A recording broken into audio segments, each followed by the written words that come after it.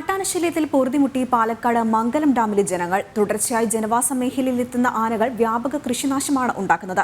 പകൽ സമയത്ത് ഉൾപ്പെടെ പുറത്തിറങ്ങാൻ കഴിയാത്ത സ്ഥിതിയാണെന്നും നാട്ടുകാർ പറയുന്നു.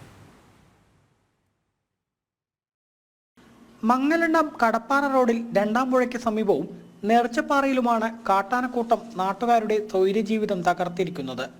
തുടർച്ചയായി ഈ മേഖലയിൽ കാട്ടാനകൾ ജനവാസ കേന്ദ്രത്തിൽ എത്തുന്നുവെന്നാണ് നാട്ടുകാരുടെ പരാതി. കഴിഞ്ഞ ദിവസം രാത്രി 12 മണിയോടെ പുതുക്കളത്തിൽ PA ജോസഫിന്റെ വീട്ടുവളപ്പിലെത്തിയ കാട്ടാനകൾ വാഴയും തെങ്ങും കവുങ്ങും ഉൾപ്പെടെ വ്യാപകമായി കൃഷി നശിപ്പിച്ചിരുന്നു. ബുദ്ധിമുട്ടെന്ന് പറഞ്ഞാൽ ഇപ്പം നമ്മുടെ വരുമാനമാണ് ഇല്ലാതായിക്കൊണ്ടിരിക്കുന്നത് ഈ വന്യമൃഗങ്ങൾ കാരണം.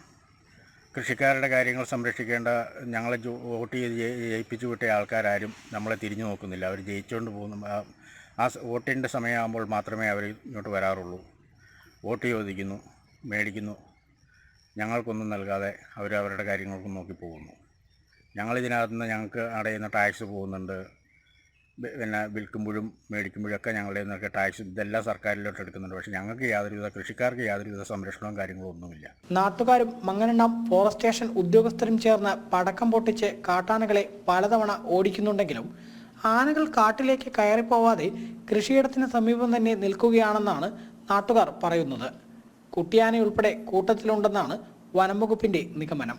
അതേസമയം ഫെൻസിംഗ് ഉൾപ്പെടെ സ്ഥാപിച്ച് ആനകൾ ജനവാസ കേന്ദ്രത്തിൽ എത്തുന്നത് തടയാൻ നടപടി ഉണ്ടാവണമെന്ന് നാട്ടുകാർ ആവശ്യപ്പെട്ടു. ജനം, പാലക്കാട്.